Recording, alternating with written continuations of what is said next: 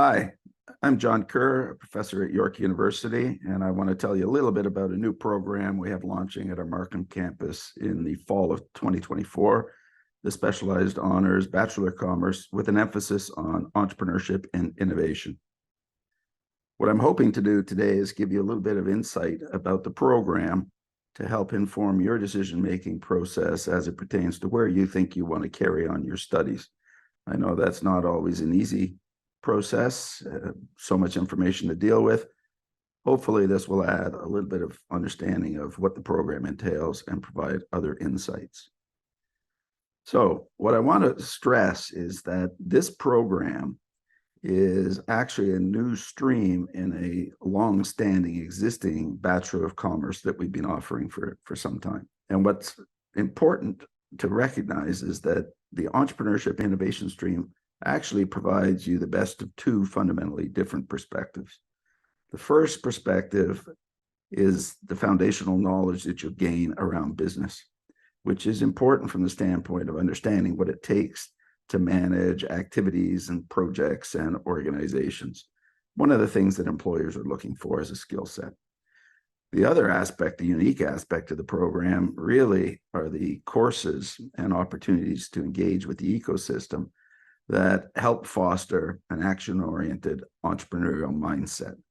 And when you think of an entrepreneurial mindset, these are the types of words that should come to mind. It's about being inquisitive, it's being creative, it's coming up with ideas, but most importantly, it's our ability to take action, to introduce new products, create new ventures, establish new markets, and fundamentally change the way things are. And why is that important? Well, I think if you stop and reflect for a moment on what the future might hold, you'll start to appreciate the significance of the entrepreneurial mindset. In fact, that significance is captured in this quote from Sarah Lubick, who's a professor at the University of British Columbia, but she's speaking here on behalf of the Canadian Education Research and Information Centre, highlighting that if you want to navigate the technological change and the uncertain future that we're almost certainly going to face, entrepreneurial mindset is a must. But you don't have to listen to me, and you don't have to listen to Dr. Lubick. Think tanks around the world have said the same thing. So the Conference Board of Canada has spoken to the need for entrepreneurial mindsets. The Organization of Economic Cooperation and Development, same thing. World Economic Forum, you get the idea. You can also look to the popular press. So if you look at the Globe and Mail, the Financial Post, etc., you will be able to find recent articles that speak to the fact that employers are interested in candidates who have the ability to think about not what is, but what might be. That's the entrepreneurial mind in action. So with that in mind, let's just go back to this program. And remember, I said that it's balancing two perspectives. Well, I want to emphasize that that balance is reflected in the guiding principles that we use to establish this program. So some of these guiding principles speak to our approach to balancing a business and social perspective. Yes, you'll understand what it takes to optimize the economic performance and profit maximization of for-profit businesses, but you'll also understand what it takes to be entrepreneurial for the social good. We're going to balance theory and practice. Why do we need to understand theory in an entrepreneurial context? Because theory gives us an understanding of what is likely going to happen based on the actions that we take. But entrepreneurship is necessarily hands-on, so it can't be just about what the textbooks and the research says. It has to be about what we learn from actually doing. The program also is built upon the principles of cross-pollination and collaboration. If you choose to join this program, you'll absolutely be introduced to people who have different backgrounds, different educational interests, different views on the role of technology, etc., in society. You'll also collaborate. You'll collaborate with teammates in the program, and you'll collaborate with individuals in the entrepreneurial ecosystem, both at York and beyond York's boundaries. So you will meet entrepreneurs, you'll meet angel investors, you'll meet commercialization officers, the people who hold key to access a variety of government and other types of programs. I do want to stress, however, that this program is not about creating entrepreneurs. We don't expect everybody that's in this program to ultimately end up being an entrepreneur. What we want to do is develop the entrepreneurial mindset, which is a tool that you'll be able to use in your life as you go forward, regardless of the career path that you choose. So if we want to get into a little bit of detail about what the program entails, recognize that for a specialized honors degree, you have to take 40 courses, and those 40 courses are typically taken over a 4-year period. Now, depending on your workload and whatnot, that could be shorter or extended to suit your needs, but that's typically how it's structured. Within those 40 courses, 13 courses consist of general education and elective courses. Those courses are really intended to give you a breadth of knowledge to move you outside of any narrow focus on business and entrepreneurship and create, if you will, a more rounded understanding of what the world entails. Within the program for the Bachelor of Commerce, there is the business courses, this 15 foundational business courses, and that's common across all of the 9 different streams that we offer, entrepreneurship and innovation being just one of those streams. So that if for any reason you chose to transfer to a different stream within the Bachelor of Commerce, you could have flexibility to do that. Those courses also, as I said earlier, give you that foundational knowledge that you take away from any business program at York or elsewhere. And then we have the 12 specialized entrepreneurship and innovation courses, and I'll elaborate upon those as we go forward. But what I want you to recognize is that if you think about the program structure over the 4 years, this is sort of what you would anticipate. You would expect that in your first 2 years, you would have more gen eds and electives than in your later years. Again, these are foundational courses to give you breadth of exposure to a variety of different learning opportunities. Throughout the program, you're going to have fairly consistent exposure to the business courses. So in the first year, you would take 4 business courses, and that would be fairly common as you move forward. And it's not until the later years that you really delve into the entrepreneurship and innovation courses.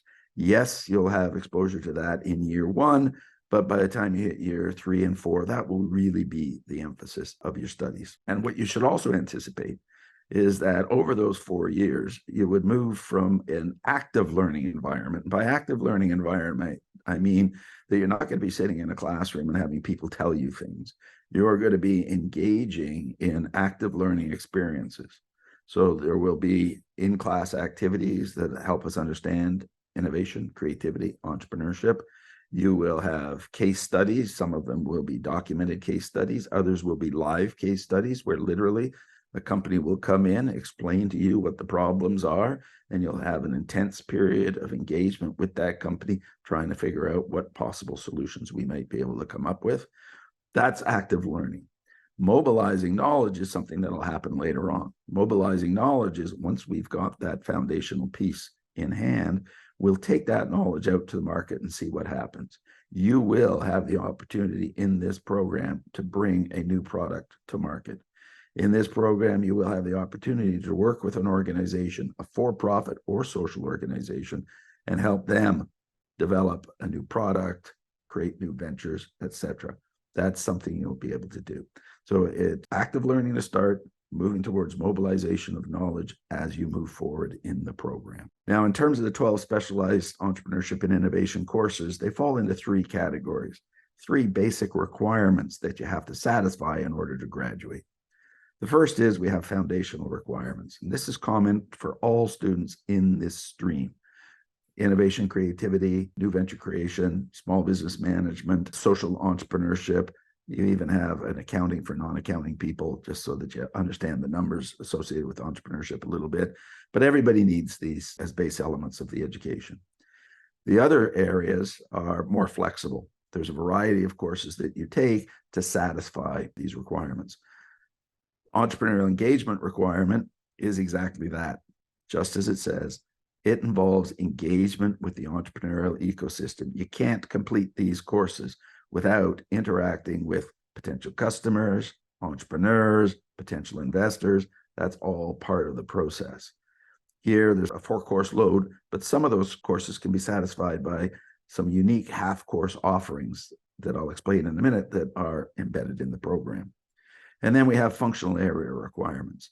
And again, there's a variety of courses that you can choose from here, but you have the opportunity to take a course, for example, in entrepreneurial marketing, or entrepreneurial selling, or entrepreneurial finance, where you'll learn about crowdfunding and other sources of funding for new ventures, because resourcing new ventures is one of the key challenges that entrepreneurs face. If you want to look at some of the sample courses that you have the opportunity to engage in, the first required course is Introduction to Innovation and Creativity. I had a meeting with my colleagues on this yesterday, who I think are putting together a fantastic course. In this course, you'll have the opportunity to identify problems, often associated with the United Nations Sustainable Development Goals, and you'll be asked specifically to step outside of your comfort zone when you come up with solutions to those problems. We're not looking for solutions that everybody can implement. We're looking for creative, innovative solutions. That's what you'll be asked to do. And at the end of that course, you, together with your classmates, will redesign the course for the next generation of students that go through it. You'll also have an opportunity to engage in entrepreneurial networks and networking activities. Entrepreneurial networks tend to facilitate or constrain entrepreneurial outcomes. They're absolutely essential. If you can't build a network of people, customers, suppliers, investors, entrepreneurial team members, etc., to support the idea is not going to go anywhere. So we need to understand networks, and we need to understand how to build those networks. Social skills will be something that you'll bring to the fore to get you through that. A couple of innovative courses that we have are hackathons. Hackathons are really intense entrepreneurial learning experiences. Here, you'll essentially complete a course over a very long weekend.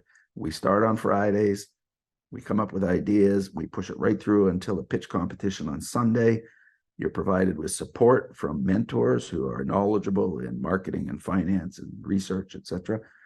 They're going to help you through it, and you can go through that exercise twice over the years during the program. We also have an entrepreneurial field project, and the entrepreneurial field project is exactly that.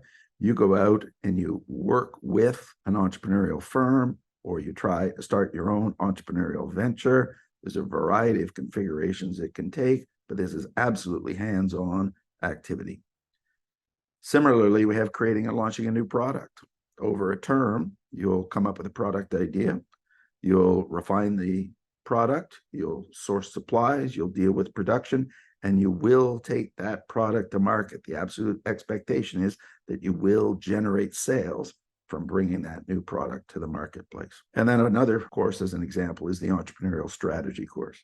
The Entrepreneurial Strategy course really asks the question, okay, if we're in this market, how are we going to compete? How are we going to succeed?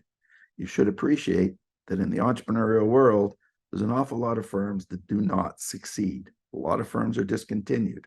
Our interest in this course is trying to understand what makes some firms able to do better than other firms in the marketplace. How do they overcome the evolutionary forces, i.e., how can the best or the fittest survive? That's what we focus in on that course. It'll be a very case-intense course where you're exposed to a variety of different situations on a weekly basis, trying to help entrepreneurs determine appropriate courses of action. And then I also want you to remember that there are internship and co-op opportunities that exist associated with this program. Having said that, those won't be available to you until the third or fourth year in the program, at least in the initial launch. So that gives you some idea, I hope, of the types of courses. I think they're really exciting courses, and most people that are involved in their development have entrepreneurial experience. I have a wealth of entrepreneurial experience in addition to my academic grounding, and that's the type of thing that we'll be drawing upon. If you ask yourself, why might you want to be a part of this? Let me suggest several reasons. First off, you should recognize that 98% of all business in Canada and 68% of private sector jobs involve small businesses. And those small businesses started with an idea. More importantly, those small businesses create significant economic benefit for Canada as a country. They create opportunities for individuals and hope for jobs, etc. And they tend to be more active in their community than their larger counterparts. Another thing that I want you to appreciate is that over 100,000 startups occur in Canada every year. Now, if you don't want to be an entrepreneur, you should be able to recognize at the very least that if there's 100,000 people trying to start up the business, there's at least 100,000 people needing help. So that's something that you would also be able to do, building upon the knowledge that you gain in this course, is to help others do what maybe you don't necessarily want to do. A couple other facts that I think you should find of interest is that 40% of the general population intend to start a business at some point in the future, and that approximately 35% of students have strong entrepreneurial intentions. Now, only about a quarter of those actually start a business upon graduation. But if we're talking about 10% of the students starting businesses post-graduation, even if it's nothing more than a side hustle, a part-time entrepreneurial venture, you can appreciate, I hope, that having knowledge as it relates to the entrepreneurial ecosystem, entrepreneurial skills could or should be useful to them. And the final point I find quite interesting. This is a study from Ernst & Young. Ernst & Young is a major global accounting firm. And in their study, they found that most people believe entrepreneurs are happier than people who are out there working for somebody else. Beyond the program, what type of careers are possible? Well, sure, an entrepreneur or an entrepreneurial team member. I add team member because it's more likely today that you're not going to do it yourself. There's very few lone wolf entrepreneurs. They build teams around them, and they do that so they have complementary skills and depth in their team. You could be a consultant or an advisor. There's several jobs in local economic development offices specifically intended to support the small business sector. In each of the major banks, there are individuals who are responsible for supporting, by way of loans and other support, the small business sector. So you could be a small business banker. You could choose the social entrepreneurship route.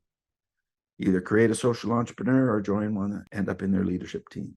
Some people cringe at the idea of being a sales representative, but you should recognize that for most businesses, in particular those interacting with small businesses, that's the type of role that an awful lot of graduates start out at. Not that I'm going to suggest that it's maybe a long-term ambition, but it's a great environment in which to learn social skills, selling skills, and entrepreneurial skills. And the list could go on. I could say, what are the possible careers? Another way of looking at it, what career couldn't you use this program for? Well, the argument there would only be those programs or those careers that demand really highly specialized skill sets. So if you want to be a CPA and you know from the outset you want to be an accountant, then you know what, you should take the accounting program. But if you don't have that in mind, this keeps the doors open. And with that, I want to give you one final thought before I sign off. Students coming out of university today are likely going to face a future that involves multiple careers. The estimate is between 5 and 7. And how do you prepare for that? Well, if you go through the literature and look what firms are hoping to see in candidates, one thing you want to do is you want to learn how to manage activities, projects, and organizations. That seems to be the number one skill that organizations are looking for, at least according to LinkedIn and Indeed. In this program, the business elements give you that. They help you understand how to manage what you already have. But beyond that, you absolutely want to develop your entrepreneurial mind and skills. We talked about that earlier with, I think, some fairly compelling argumentation. And then you got to be flexible. You got to be action-oriented, and you should get in the habit of creating things. I've jotted down here creating jobs, products, etc. But I want you to think about this.